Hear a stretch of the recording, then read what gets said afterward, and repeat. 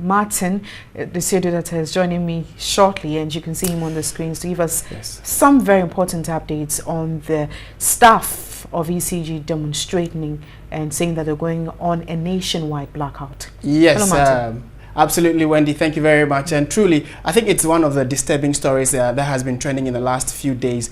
The workers of the Electricity Company of Ghana, ECG, have threatened a nationwide blackout on Friday as part of their protest against moves by government to privatize the company.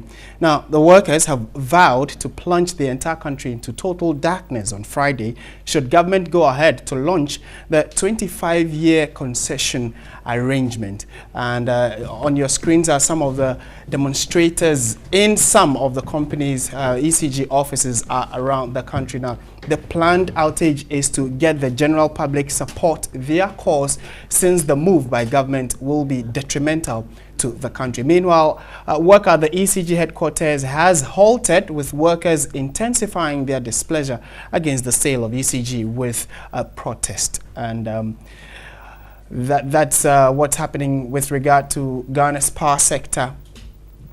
And I would just want to go straight to the interview to find out from ECG officials why they think that this decision by government is not in the best interest of the company and the country. And we are also told that it is a nationwide issue. Patrick Tete has joined us. He's a member of the Senior Staff Association of the ECG, and he's going to put some clarity to this whole debate. Good afternoon, sir. Thank you very much for joining us. Yeah, good afternoon, Martin. Good. To start with, why, I mean, government over the period says that they want to engage the private sector, both locally or international, whichever one. We are told about 40 companies have, put in their bid. 18 of those companies are Ghanaian-owned companies, and they want to help ECG. The word I am understanding here is help ECG get onto its feet for the betterment of the entire country. What is your protest against this decision by government? Thank you very much, Martin. And all that is happening, I want to take the opportunity to make some corrections. Workers of ECG have not taken the decision to go on strike, neither putting the whole nation dark tomorrow. So it is not true that we would have a total blackout on Friday? It is not true. It's miscommunication. Okay. We only went to NEC, a joint NEC of the junior staff and then the senior staff union, and we have agreed that we're taking 3 days. That is Wednesday to Friday, 8 a.m. to 11 a.m. to register our displeasure about the government's intention to let ECG go on concession for 25 good years, which we are not comfortable with it. Why the discomfort? I mean, we have had power issues in this country for God knows how long. And if government thinks that this would be a major step to ease the pressure on it and then also boost the output of ECG, shouldn't we all be applauding that decision? Thank you very much. But my brother, have you considered, the Compact 2 is a grant. And one of the conditionalities that has to be fulfilled is to let ECG go on concession for 25 years. Now, if this is a gift or a grant, why is it a condition precedent? Okay. These are salient issues that we must critically look at.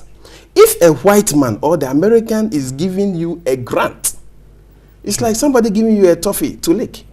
If American gives you toffee to lick, the aftermath of the toffee, how bitter it is or it will be, that is what we are looking at. And we made certain proposals to government to consider, which we know and we believe he will hear at. Like what? One of the issues that we are looking at is that, one, the government of Ghana has approved a strategic business unit in Ashanti region, which is being piloted as we speak for a period of 2 years. At the end of the 2 years, we're going to assess the whole project, and then we will replicate that in the other regions. So we are saying that government, just put a full stop there. Let us look at this project that is being piloted, and then we take it over. Another issue that we are talking about is that Americans are giving us grants, and looking at the conditions that they are giving us, may not be good. May not be good. Have you had the privilege to see the terms and conditions of the agreement between the Millennium Challenge account and government of Ghana? You see, that is another key area I really want to go. I'll get a response from you on that shortly, but we would want to go to the Ashanti region, where we are told that one of your offices there, workers there have actually been clad in red, red clothes, just like you are looking this afternoon, and are also quite unhappy about this decision by government. William Evansinkum is our Ashanti regional correspondent. William, good afternoon. Thank you very much for joining us. Good afternoon, Martin. What is the latest with regard to which of the offices you have visited, the ECG offices you visited?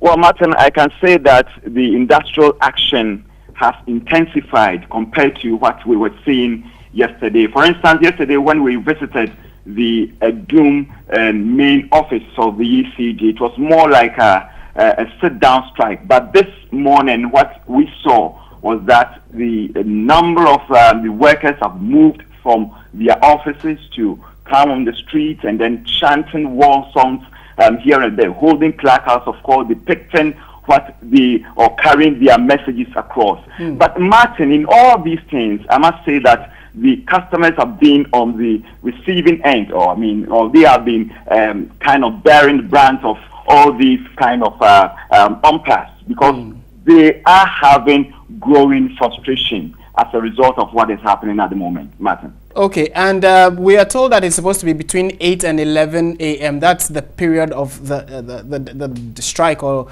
moments of disapproval. It is midday and quarter past midday. Have they gone back to the offices to work?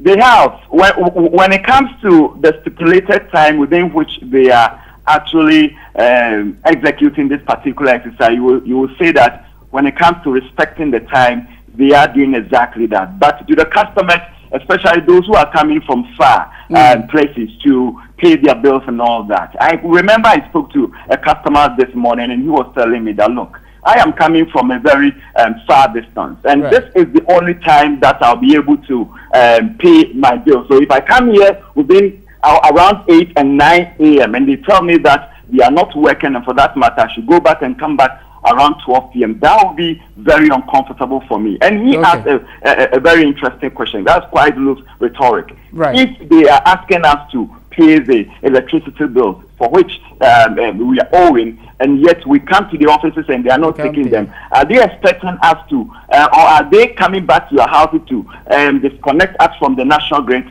That's what happened, and that was the rhetoric for you, Martin. Yeah, that's an interesting question I'll be putting to my guest here. Thank you very much, William Evansinkum, TV3's Ashanti regional correspondent, giving us an update on that from the Ashanti region. Let's come back in studio to the Greater Accra region here. And yes, so the last question Evans posed, which was, you would want us to pay bills. We come because of our busy schedule. This is the time we come, and then you tell us that you are not working within that time frame.